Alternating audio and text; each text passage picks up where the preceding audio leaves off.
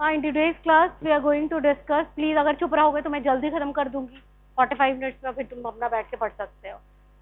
Please be quite.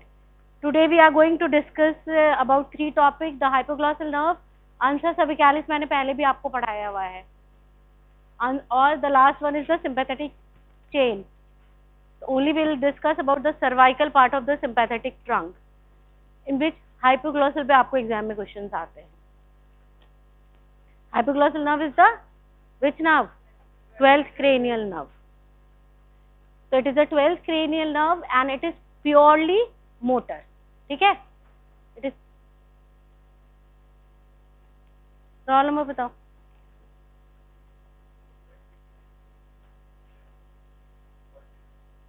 Next.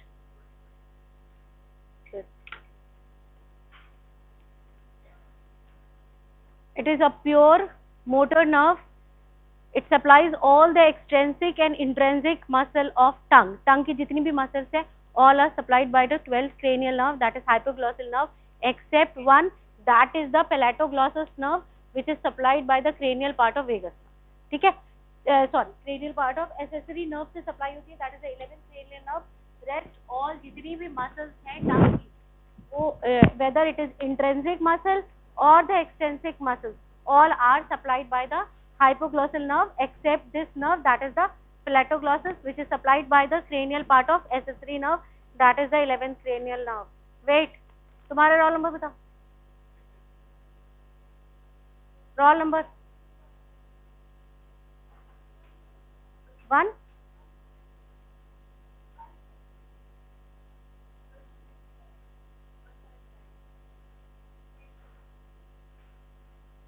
Why you are so late? कहाँ से आते हो इतने देर में? 9:15 9:30 में भी आ जाते हो.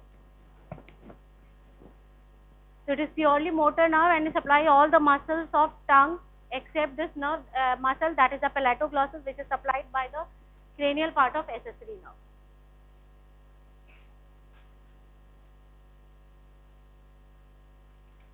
Roll number.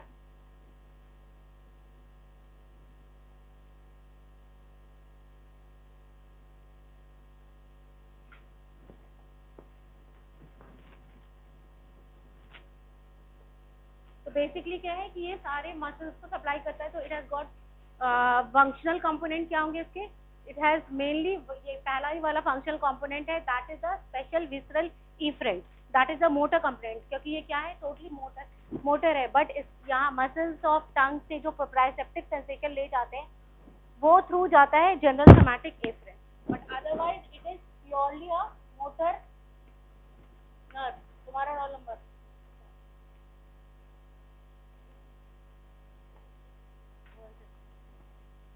So this hypoglossal nerve is a pure motor nerve. तो इसका functional component क्या होगा? Special visceral efferent, और इसकी न्यूक्लियाई जो होती है that is present in the medulla. Brain stem के 3 पार्ट हैं, आपने पहले भी cranial nerve पढ़ा है. Mid brain, pons, medulla, all are situated within the brain stem. So this hypoglossal nucleus, that is the nucleus of this hypoglossal nerve, it is situated within the medulla, or it will supply all the extrinsic and intrinsic muscle of 10 except this palatoglossus. और जो टंग से proprioceptive sensation ले जाता है वो कहाँ जाता है? ट्राइजेमाइनल नर्व पढ़ी आपने, उसकी जो न्यूक्लियस होती है mesencephalic nucleus of trigeminal nerve. So that is in that, so the general somatic efferent will be carried from the muscles of tongue, and this nerve will carry which type of sensation? The proprioceptive sensation from the tongue to the mesencephalic nucleus of trigeminal nerve. Column.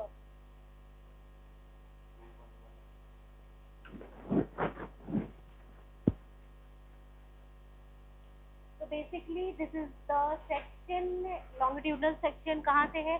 Brain stem का है, ठीक है ना. This is the mid brain, this वाला part ये Pond's है और ये मेडुला का है. तो मैंने आपको क्या बताया है? तो हाइपोग्लॉसल न्यूक्लियस है, which is the nucleus of hypoglossal nerve, it is present with in the medulla. ठीक है. तो यहाँ से तो इसका इफरेंट फाइबर्स जाता है which will supply all the intrinsic and extrinsic muscle of tongue except the palatoglossus, where the efferent fibres जो कि टंग से प्रोप्रायोसेप्टिक सेंसेशन ले जाएंगे, that will go to this nucleus which is present in the lower part of the mid brain and upper part of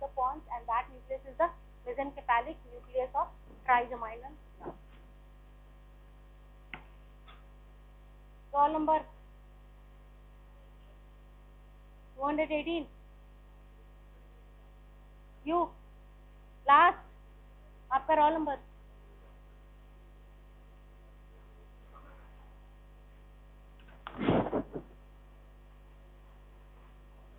So the hypoglossal nucleus, which is situated in the medulla, it is about 2 centimeter long.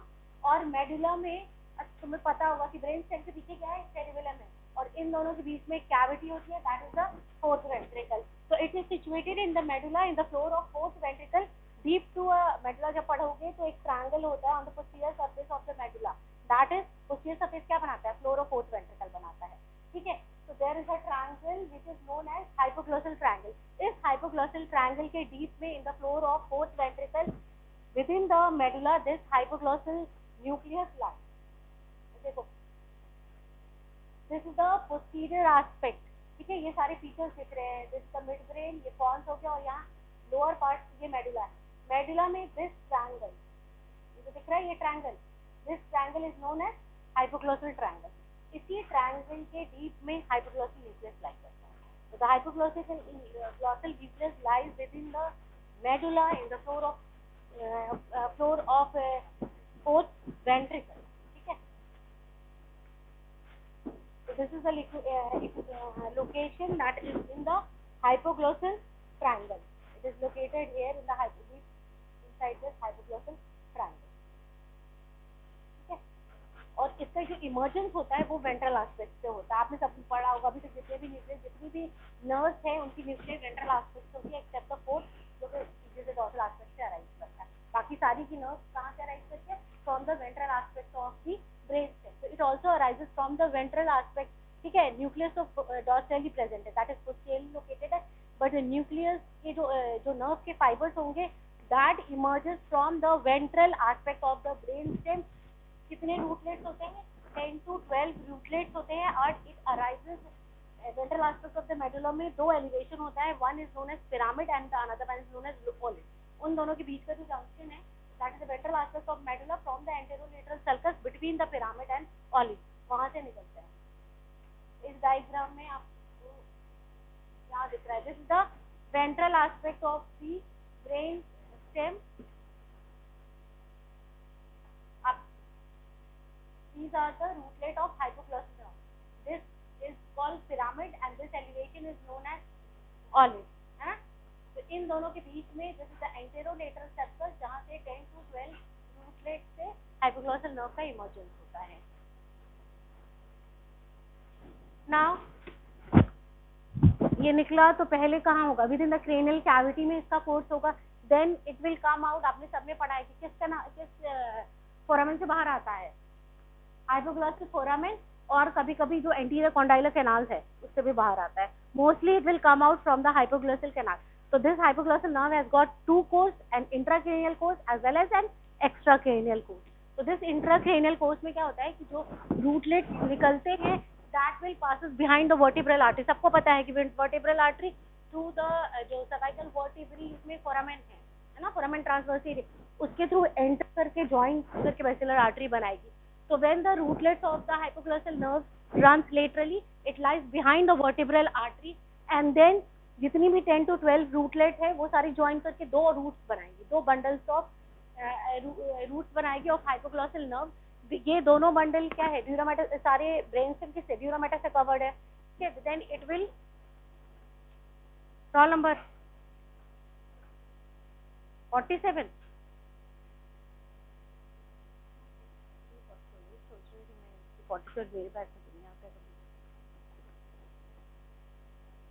ठीक है. So all the rootlets come out, it lies behind the vertebral artery, then finally it will pierce the dura mater and enters the hypoglossal canal, and within the hypoglossal canal जो ये दो rootlets बना तो वो join करके single nerve बना देंगे. ठीक है ना. The two rootlets unite in the hypoglossal canal before it leaves the skull. तो intracranial course समझ में आया. पिरामिड और ओलिव के बीच से निकली सारी रूटलेट, कुछ रूटलेट्स ज्वाइन करके एक अपर रूट बनाएगी, एक लोअर रूट बनाएगी. Then it will pass behind the vertebral artery, it will pierce the dura mater and enter the hypoglossal canal. Within the hypoglossal canal the two rootlets join before it will leave the skull. यहाँ दिख रहा है ये 2 रूटलेट है और यहाँ पे hypoglossal canal होगा, वहां से निकलने से पहले ये दोनों रूटलेट क्या होगा, फ्यूज हो जाएगी और सिंगल नर्व बना देगी, that is the hypoglossal nerve. Extracranial course क्या होता है, the hypoglossal nerve exit the skull through the, अभी मैंने आपको बताया कि या तो हाइपोग्लोसल कैनाल से, फोरामेन से निकलेगी या तो एंटीरियर कॉन्डाइलर कैनाल से निकलती है। और यहाँ पे जब ये when it comes out it lies deep to internal jugular vein and internal carotid artery and then the nerve descends between the internal jugular vein, पहले तो क्या होगा, उसके पीछे होगी, डीप होगी, और देन जब ये नीचे आएगी तो इन दोनों के बीच में आ जाएगी, ठीक है। फिर नीचे आकर के, क्योंकि आपने जो अभी कोर्स देखा है ट्राइंगल में, उसमें क्या देखा है, ऐसे वाइंड कर रही है, तो ऊपर का डिसेक्शन हमने नहीं किया है, तो इसीलिए वो वाला पोर्शन आपको नहीं दिख रहा है, तो उससे कंफ्यूज नहीं होना है। First when it emerge it will lie deep to the internal jugular vein and internal carotid artery, then फिर और नीचे आएगी तो then it will lie descend downward करेगी in between the internal jugular vein and internal carotid artery, ठीक है। तो in this image ये यहाँ पे internal jugular vein इन दोनों के बीच में ये descend करेगी, पहले तो इसके डीप में रहेगी, ये और ऊपर जाएगा ना आर्टरी और वेन, तो इन दोनों के पीछे रहेगी, डीप में रहेगी, और जब और नीचे आएगी तो इन दोनों के बीच में डिसेंड करेगी, एंड देन ये एक्सटर्नल और इंटरनल कैरोटिड आर्टरी को ऊपर से क्रॉस करके फॉरवर्ड रन करेगी, then it will lies deep to the posterior belly of digastric, ठीक है। और उसके बाद यहाँ पे जो लूप ऑफ लिंगुअल आर्टरी है उसको वाइंड करके देन इट असेंड्स अपवर्ड, ठीक है।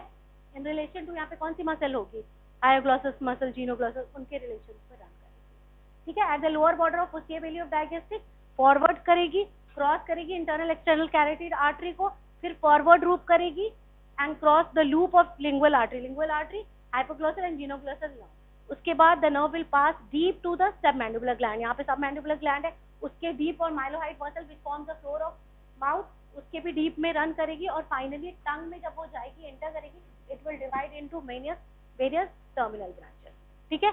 तो when it comes out from the skull it lies deep to internal jugular vein and internal carotid artery, then it descends downward in between these two vessels, that is internal jugular vein and internal carotid artery।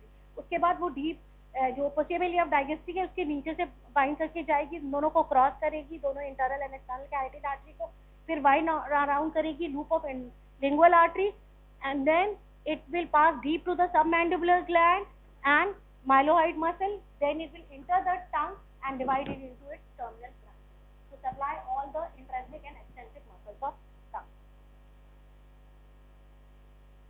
तो ये आपको दिख रहा है, this is, ये finally टंग के substance में चली जाएगी और वहाँ पे टर्मिनल ब्रांचेस में डिवाइड हो जाएगी to supply all the muscles, ठीक है। तो बेसिकली क्या होता है, आपने वो अंसा सर्विकैलिस के रिलेशन में भी देखा है कि इसका एक जो इसकी मेनिंजर ब्रांच होती है वो C1 के साथ फ्यूज हो जाती है, तो 2 तरह की ब्रांचेस देगी, एक तो हाइपोग्लॉसल नर्व प्रॉपर देगा ब्रांच, और दूसरा जो C1 के साथ फाइबर फ्यूज कर रही है वो देगा, तो वो अलग सप्लाई करेगा। तो the branches from the hypoglossal nerve proper, it will the muscular branches and supply all the intrinsic and extrinsic muscles of tongue except the platoglossus via the branches from the hypoglossal nerve, जिसमें C1 के fibre आएंगे, है ना। Cervical plexus में बताया था मैंने कि C1 का एक फाइबर इसके साथ आकर के थोड़े दूर तक चलता है, then it will leave it.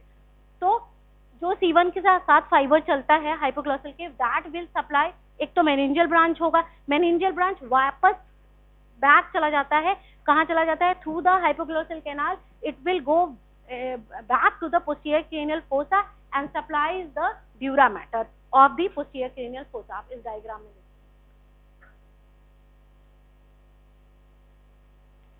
देखिए, ये तो बाकी जो हाइपोग्लॉसल नर्व की प्रॉपर ब्रांचेस आ रही है वो येलो कलर में दिखाया गया, तो ये सारी इंट्रिंसिक एक्सट्रिंसिक मसल ऑफ टंग को सप्लाई कर रही है। बाकी C1 से कुछ फाइबर हो रहे हैं तो वो अलग सप्लाई करेंगे, तो वो किसको सप्लाई करते हैं, मसल को, जीनोहाइड को और थायरोहाइड को सप्लाई करते हैं। अपार्ट फ्रॉम इट, इससे एक देखो एक वापस जा रही है, that is the meningeal branch, है ना।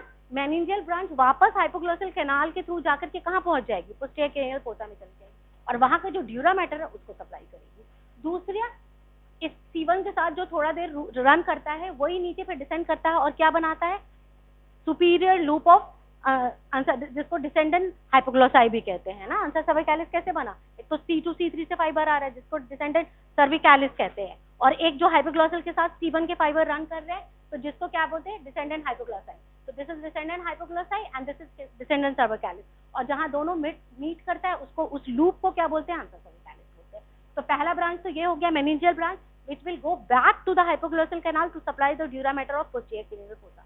The another one which will leave the hypoglossal nerve and form it will fuse with the descendant cervicalis and form a loop of nerve ansa cervicalis. So it will form the superior loop of ansa cervicalis, that is descendant hypoglossi.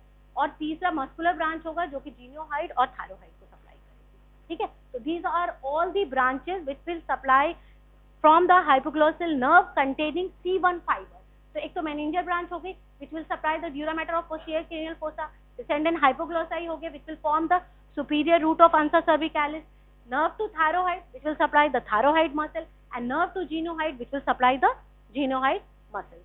So these are all the branches of the hypoglossal nerve. तो आपको ऐसे ही याद रखना है, एक तो hypoglossal nerve proper की branches और एक वो hypoglossal nerve की branches जो कि C1 के फाइबर के साथ run. So these are all the branches.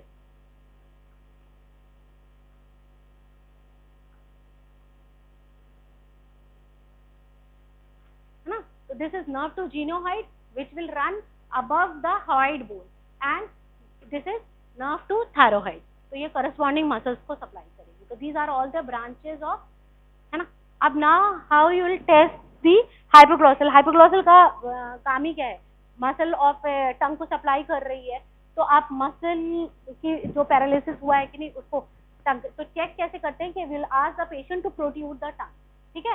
Patient को बोलोगे कि नॉर्मली क्या होता है कि जो नॉर्मल बंदा है जिसमें मसल पैरालिसिस नहीं है, ठीक है, तो हम जब प्रोट्रूड करते हैं तो मिड लाइन में हमारी टंग बाहर आ जाती है, तो प्रोट्रूजन होता है। बट अगर हाइपोग्लोसल एक साइड की इंजरी हो गई है, if the muscle is injured of one side, तो टंग होगा ना वो जिधर साइड में पैरालिसिस है उधर ही डाइवर्ट हो जाएगा, क्योंकि दूसरे साइड की जीनोग्लोसस वो नॉर्मल है तो वो उसको दूसरे साइड में डाइवर्ट कर देगी, ठीक है। और अगर दोनों साइड की मसल का पैरालिसिस हो गया है तो टंग बाहर प्रोट्रूड नहीं हो पाएगा। तो कैसे क्लिनिकल टेस्टिंग करते हैं?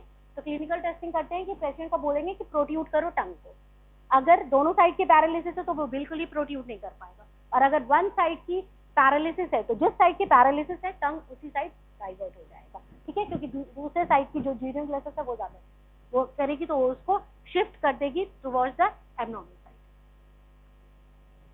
अब जो लीजन होता है हाइपोग्लोसल नर्व में वो दो लेवल पे होता है, with in the nucleus that is intra nuclear, और एक तो ऊपर जो फाइबर लेकर के जा रहे हैं सेरेब्रल कॉर्टेक्स में वहां पे, तो उसको क्या बोलोगे? सुप्रा न्यूक्लियर लीजन।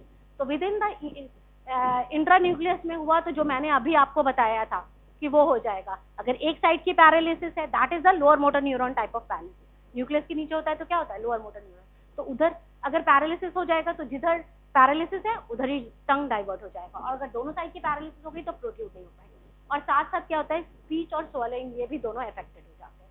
तो दीज आर दो जो अभी मैंने बताया था वो सारे किसके फीचर्स थे? Lower motor neuron type of paralysis that is within the intranuclear lesion, है ना। इधर अगर पैरालिसिस है तो टंग इधर ही डाइवर्ट हो जाएगा। बट अगर सुप्रा न्यूक्लियर लीजन है तो कहाँ पे लीजन होगा? That is the cortico nuclear fibre जो कि कनेक्ट कर रहे हैं मोटर एरिया ऑफ सेरेब्रम को किससे? हाइपोग्लोसस, है ना।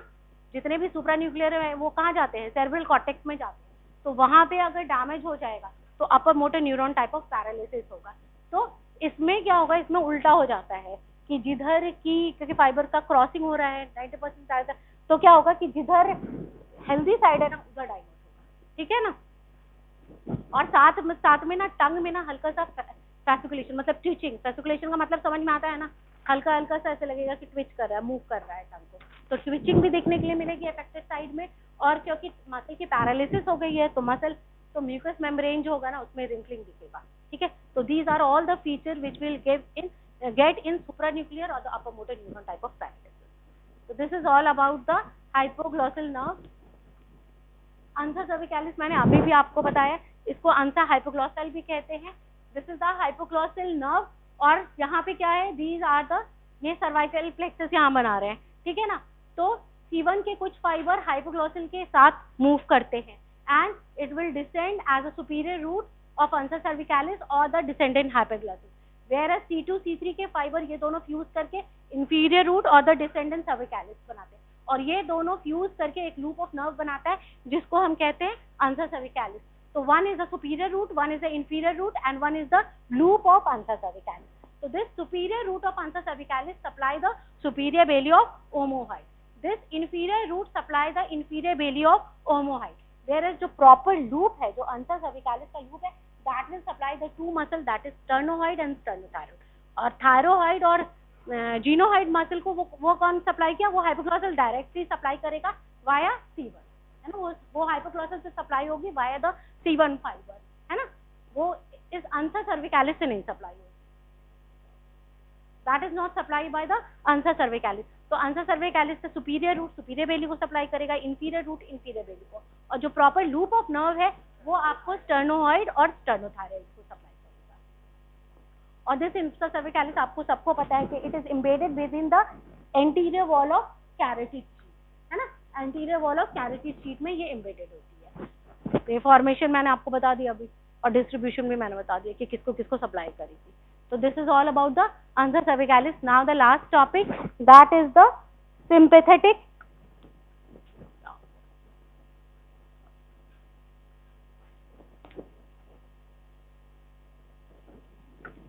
Basically क्या होता है कि वो sympathetic trunk होती है which will run on either side of the vertebral column right from the ऊपर cervical region से लेकर के नीचे जहाँ पे आपकी कॉकिक्स ये वाला जो वर्टिब्री है ना वहां तक, इन्हीं ऊपर में जो कंटिन्यू होती है ना, जो आपका इंटरनल कैरोटिड आर्टरी है ना, उसके साथ एक नर्व रन करती है जिसको इंटरनल कैरोटिड नर्व कहते हैं, ठीक है ना. वो दोनों डिसेंड जब बाहर नीचे निकलती है तो उनको वहां से सर्वाइकल रीजन से लेकर के कॉकिक्स रीजन तक, these are the two sympathetic trunk which will fuse in the coccyx region and form a elevation of ganglia, जिसको कहते हैं गैंग्लियोनिक इम्पार. क्या कहते हैं?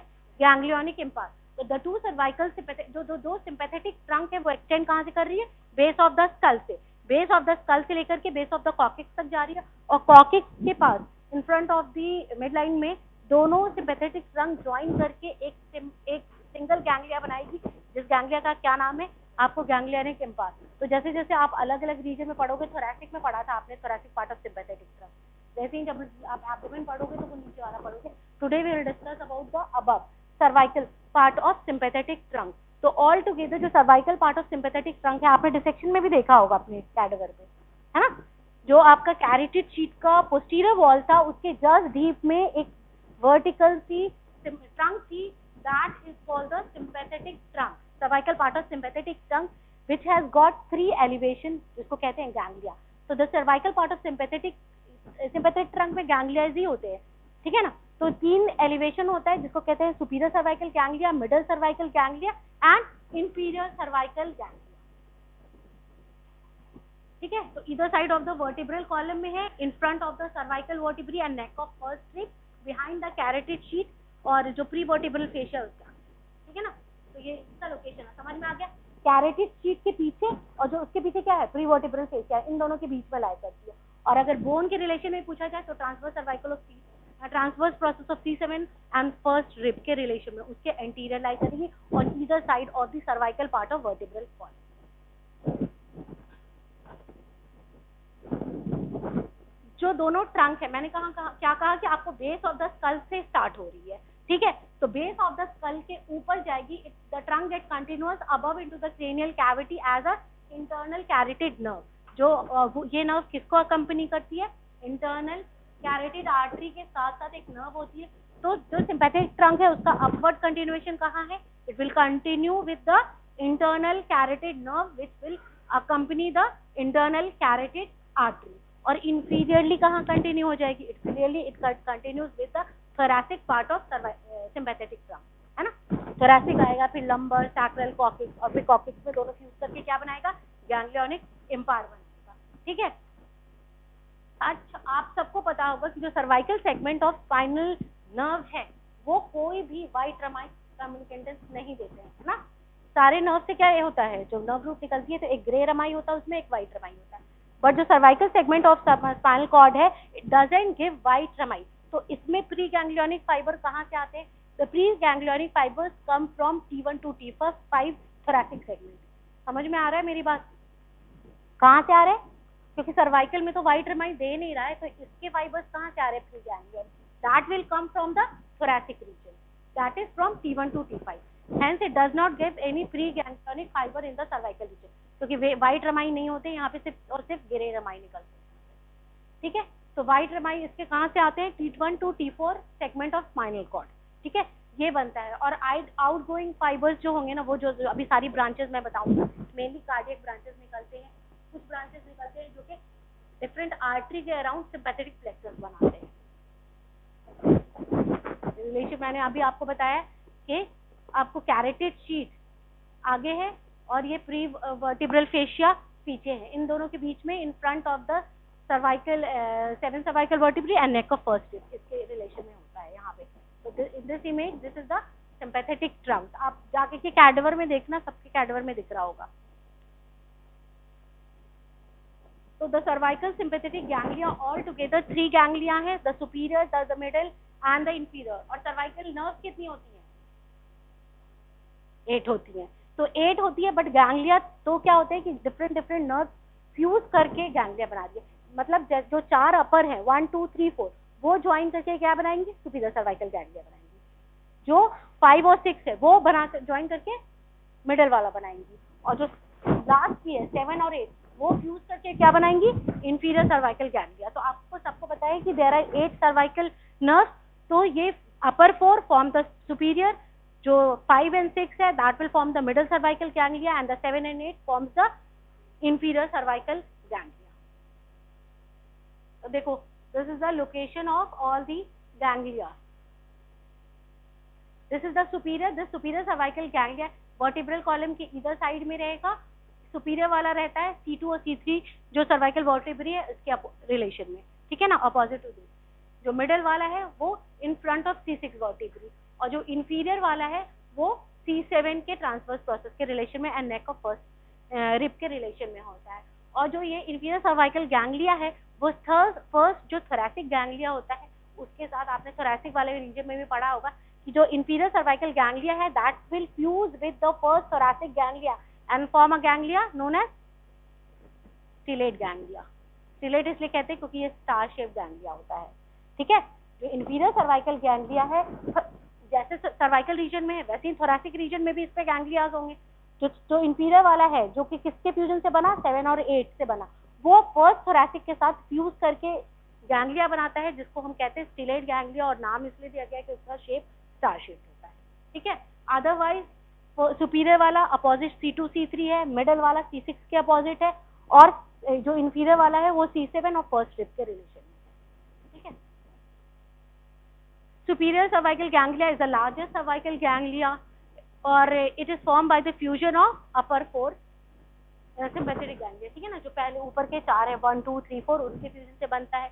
और इसका शेप क्या है? ये स्पिंडल शेप, आपको डायग्राम में भी दिख रहा होगा।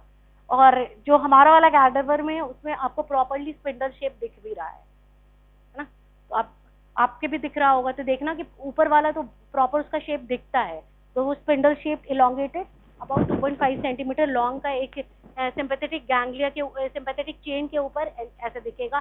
That is superior cervical, that is in spindle shape and it is represent opposite C2 and C3 vertebrae. देखो, कोई भी जो गैंग्लिया होते हैं ना उसमें बेसिकली 3 तरह के ब्रांचेस निकलते हैं। एक तो ग्रे रमाई होगा जो है ना, एक तो ग्रे रमाई बनेगा, दूसरा कार्डियक को जाएगा। ठीक है, तो 3 तरह के होते हैं, superior, middle and inferior cardiac branches. Superior से सुपीरियर कार्डियक, मिडल से मिडल और इंफीरियर से इंफीरियर कार्डियक ब्रांचेस। और ये सारे जो हार्ट के अराउंड कार्डियक प्लेक्सस, आपने नर्व सप्लाई पढ़ी थी हार्ट में, तो क्या होता है? कार्डियक प्लेक्सस बनाता है around the nerve, around the heart. तो ये सारे कहाँ जाते हैं? It will go to form the cardiac plexus. ठीक है ना, तो जो सुपीरियर सर्वाइकल कार्डियक ब्रांच कहाँ जाएगा? हार्ट के अराउंड कार्डियक प्लेक्सस। वैसे ही जो मिडल से आएगा मिडल सर्वाइकल कार्डियक ब्रांच वो भी जाएगा, और जो इंफीरियर वाले से आएगा वो भी जाकर के कार्डियक प्लेक्सस बनाएगा। ठीक है, और लास्टली कुछ जो इसकी ब्रांचेस निकलती है वो किसी ना किसी आर्टरी के अराउंड बाइंड करके उसके अराउंड सिंपैथेटिक प्लेक्सस बनाएगा। तो बेसिकली जितनी भी गैंग्लिया है उसके यहाँ पे 3 ब्रांचेस निकल रही है। ठीक है ना, एक तो ग्रे रमाई कमिटेंटेंस बनाएगी, दूसरी हार्ट के लिए कार्डियक प्लेक्सस जो बन रहा है वहां जाके पार्टिसिपेट करेगी, और तीसरी किसी ना किसी आर्टरी के अराउंड बाइंड करके सिंपैथेटिक प्लेक्सस बनाएगी अराउंड द आर्टरी। कहीं कहीं पे कोई और extra artery, but these are the 3 which are present in all, सबकी ब्रांचेस होगी।